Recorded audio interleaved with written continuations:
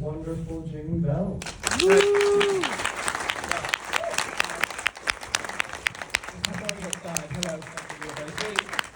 I just want to apologize, firstly. I'm so sorry, I'm not Andrew Scott.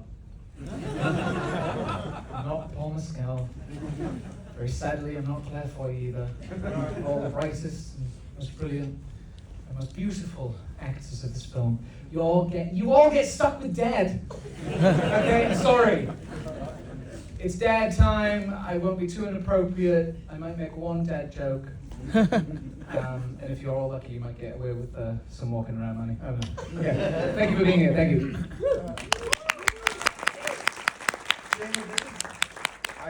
I hope most people in this room agree, is such a special movie. Do you remember your reaction to reading Andrew's script for the first time? Yeah, I was quite devastated by it. I'm a father of 3 small children in real life. So I was quite devastated by the central conceit of meeting your children when they're older than you are. Because as a parent, that you would be confronted with the fruits of everything you've done wrong, with your failures and how you failed them in some way. And hopefully a couple of successes along the way as well. But I just, the age that they're in now, that central concept of getting that chance to be able to speak to them if they were gone. What would you say, and how would you review your life, and what would you reflect on? And then just everything very personal that Andrew Haigh brought to it, his own personal journey with all of this and everything that he was trying to say about being queer and growing up queer. It obviously gave it this impact that I was so blown away by. So I was I can always tell when I read a script and I give it to my wife immediately to read, because I know, like, I think this is brilliant. How do you feel? And when she was crying, I was like, well, I'd be a fucking idiot not to do it. So it became very clear. Do you need her just to approve of the movie, or does she approve of, and I can see you playing that role? No, I don't even think it's that. I think it's just sharing this thing of like we went, not to speak about other films here, sorry Barry, but I went to see Wonka today, right? Which Wonka. It's Wonka. It's great. Love Wonka. But I was like crying at the end of Wonka, so I'm clearly a fucking mess. But there was just something about this script, and I thought every single character was so important to this man's journey, to sculpting him into who he was going to be and what he needed to be. Everyone was saying the things that he needed to hear. So every role, whilst complex and complicated, like I think Claire's work in this is exceptional. I think in those scenes where he comes out to her, I think in her mind, she has the way that this scene is going to go. And I think the way that Andrew has observed these characters is really unique and complex and ambiguous sometimes and thorny and difficult. And I think that's what communication with another human being usually is that you anticipate one thing and very often it's another. And I thought it was all the human behaviors of this and how flawed they are, I thought was just really uniquely observed. Yeah. Andrew Haigh has said he thought there was a special connection between this movie and you and Billy Elliot, because Billy Elliot didn't have a father who was accepting of anything. And now here you are playing that father for a son. Is that a connection that you saw or that you and Andrew discussed as you were making this? We definitely talked about it. It was I kind of felt like it was some kind of spiritual like grandfather of that movie in a way, because it's kind of tied to the same, like this film is like, and we died in 1986 and Billy Elliot set around 1984, so it's kind of taking the same prejudices and the same cultural kind of societal failures of that time, specifically in England, and then just transposing it to this movie in 2023 and all of that. So, but then also just for me personally, like I didn't have a father growing up. But I mean, for so much of my life, and a lot of my work is often related to orphans, parental dysfunction, father-son relationships. It just always kind of keeps coming back to that. It's not by choice. It just kind of it calls to me, and I have to respond to it. So my whole life, I wanted a dad to sit down and say, "I'm sorry," right? And then you get this scene where you get to sit down with the son and say, "I'm sorry," and you get to have that scene. So in so many ways, for me, this was a great sense of catharsis and a great sense of therapy, and and hopefully for people who watched it or were receiving it, if you didn't get to have that conversation with your father, or they passed too soon before you had to happen to have that conversation with them, I think for all of us creatives in the movie, we're hoping that we could just work through our shit and then hope that other people can work through their shit through this. Let's talk about that family room scene, because that scene gets me every time. Which one? The family room scene. Yeah, okay. On the day, are you the sort of actor who's listening to music to get there, or doing anything special to prepare? I listen to a lot of music because I'm not that good of an actor, so I have to listen to music to kind of get me into the plays. What's annoying about working with people like this of this caliber is that you realize that they are skilled and that they have a sense of control over what they do. I don't have that. I kind of go, and it all kind of comes out, and the hope is that you just captured it, because if you didn't, it might not come back again. That's just the way that I operate. These are really talented actors. Like watching Andrew Scott for hours a day, and what he's having to do, he's straddling two things, right? He's the trapped adult, and he's this kind of child that's kind of then reaching out of him, that he has kind of no control over. And we kind of all resort to children when we're around our parents, if we're lucky to have them. So observing him was all I really needed to do, because he would give me things that would surprise me. His spontaneous physical performance I thought was just kind of quite overwhelming. But then I would like to have cues and music that I listen to. But we actually broke a fucking lunch right before we did my close-up, which is annoying as fuck. I didn't realize at the time, so yeah. And by the way, so when I came back, I had no idea what I was doing. I was like, I don't know what this is anymore, or what my relationship to him is, what I've got to say. I have no clue. Did you know Claire or Andrew at all before this? No, none of them. Claire and Andrew knew each other well.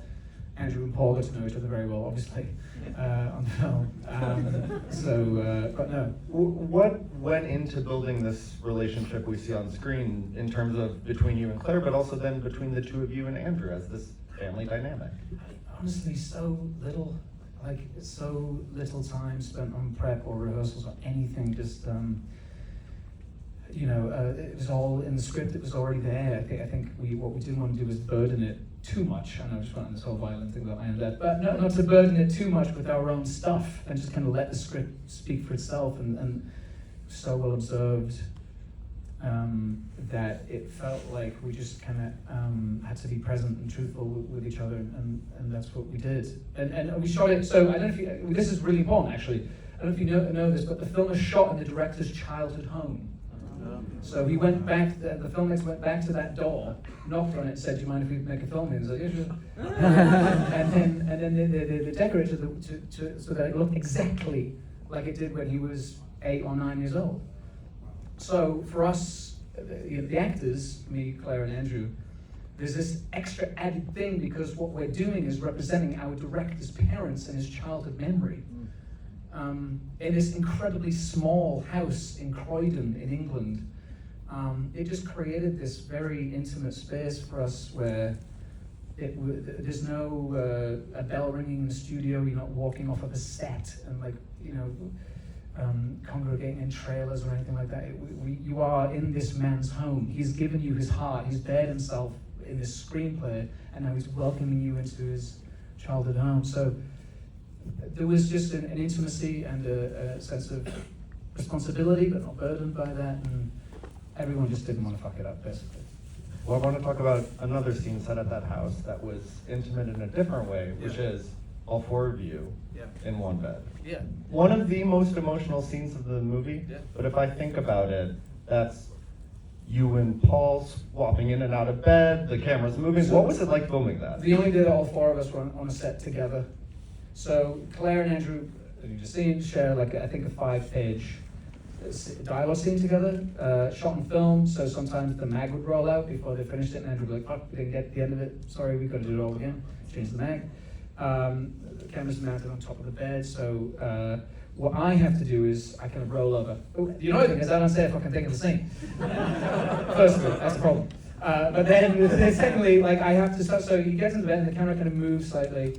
And then I have to do this thing where I have to go like this, slowly roll out of the bed, Paul Mescal in underwear, and the tank top is right there, so we kind of have to switch places. And then he has to kind of slowly get back into this bed, kind of roll over, and it's this weird ballet. I mean, I've never met the guy. So the first thing we do is go, nice to meet you, Paul. Yeah, okay, now we're just going to be like, it's like some weird ballet that we're doing together all of a sudden. And so often that Andrew would come in, the director would say, we saw your leg move. I'm sorry, we have to do it all again. So it was torturous, awful. And I felt terrible because I fucked it up a bunch of times, but I think it's an extraordinary scene. I think that the mirroring, especially between me and Paul, in terms of the father figure, and we both were kind of northern, and we both got the mustache, and just that kind of, even just the way I'm introduced in the film, kind of giving him like a hitherto look, and is this a cruising scene? Like, what are we doing? I just kind of like that kind of language, the way of introducing these important people in our lives that were kind of then, in a Freudian way, I guess, kind of seeking romantically in some ways. I thought was really, again, uniquely observed. Well, you mentioned the mustache. Yeah. So I have to ask you the most important question. Who do you think pulls off the stash better, you or Paul? It's no contest, man. I mean, Paul is a god. Okay. I liked the mustache. I got back home here with the mustache, and I kept it for like 6 weeks. And my wife was like, get rid of that fucking thing.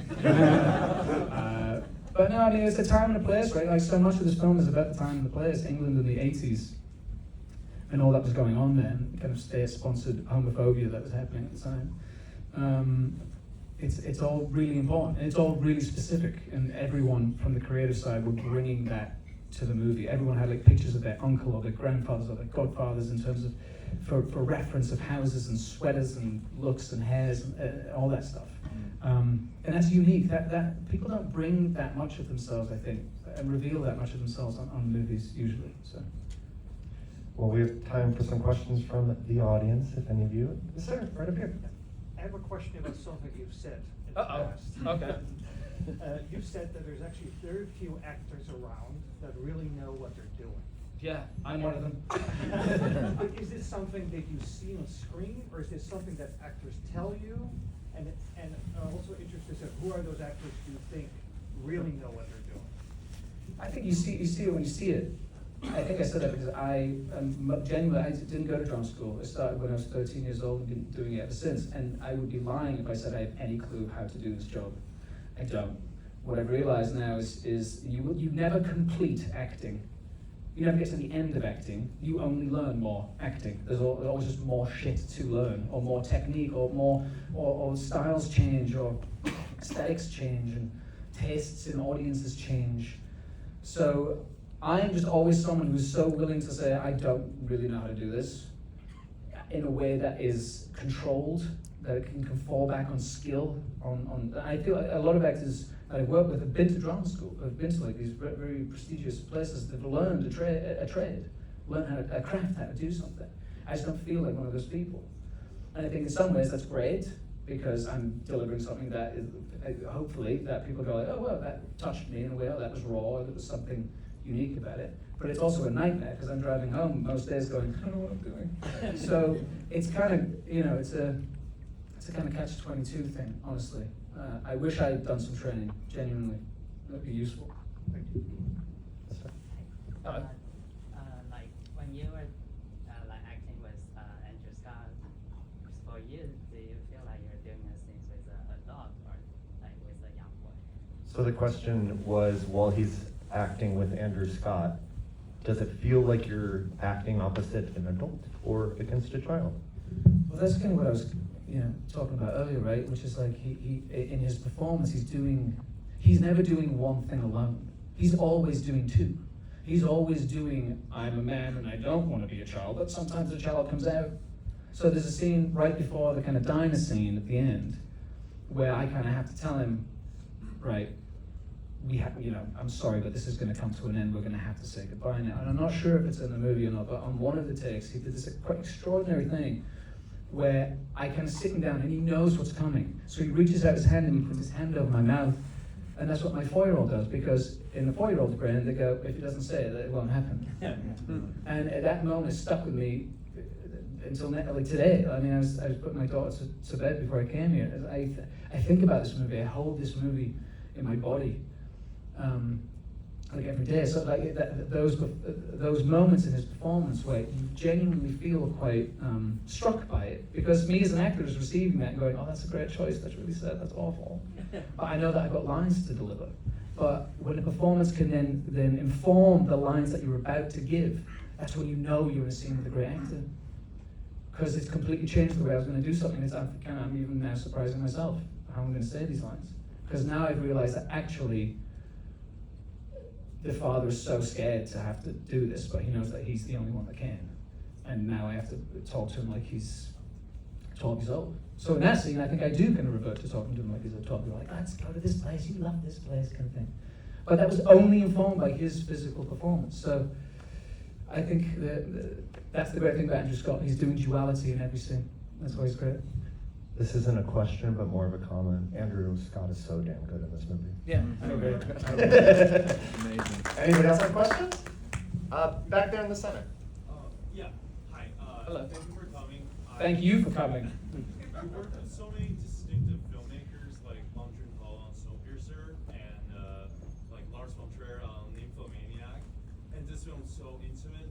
You work with so many different filmmakers. How is it like working with such different personalities and meet the demands of such different films?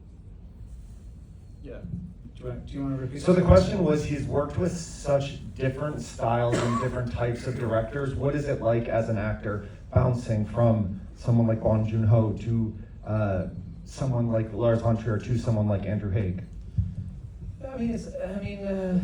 That's the thing about never really learning everything. That's the thing about never mastering, is that there's always someone who's doing it slightly different and is demanding something else of you, and doing things in different ways. I love filmmakers, and my relationship with filmmakers, and I don't know if they know this or not, and hopefully they don't, and hopefully I don't let it be known, but like they always kind of become this paternal figure in my life. So they hold this incredibly esteemed position for me because I didn't have a dad. So there's unfortunately, usually a man telling you, just mentioned 3 men telling you what to do. So for me, in that relationship, it's more than like a director. Like I want to make them happy. I want them to love me, right? So regardless of whatever that technique is, and it can be someone who's doing it for the first time. I love filmmakers. I always want to get behind their ideas. The whole endeavor of making something is incredibly difficult and complex. It's unbelievable that anything gets made in the first place. So if it's someone who is as masterful as Bong Joon-ho or Andrew Haig, I'm still as excited and as interested in what someone has to say or how they're going to do it as if they're picking up the camera for the first time. But I think my role in it never changes. It's always just like, how can I push the character further? How can I criticize the text as much as possible? But that's what I've done for more of my adult life as an actor, is criticize the screenplay. And then you can kind of sense what filmmaker you're working with. Like Bong Joon-ho, for example, I had a death scene, and I said, and this isn't a new thing, he wrote about it in this book, The Making of Snowpiercer, and I said, I don't know how to act getting my throat slit. I don't know how to do that. And then we kind of and then I said, would it be possible, this is Bong Joon-ho, a great auteur filmmaker, I said, would it be possible if I just stabbed in the back? I just think it's a bit more of a noble ending for this kind of character. And he said, absolutely, yeah. And he's a storyboarded director. Everything's cut by lunch. So you can see everything you've done in the morning, it's already cut. So I was like, I know asking this is a big ask because it's all structured and everything. He was so well into it. The guy was like, absolutely, and he changed everything. And I was like, oh. Then you kind of understand the type of person that you're working with. Not everyone's going to be like that, and that's totally fine. I'll have to figure it out, I suppose.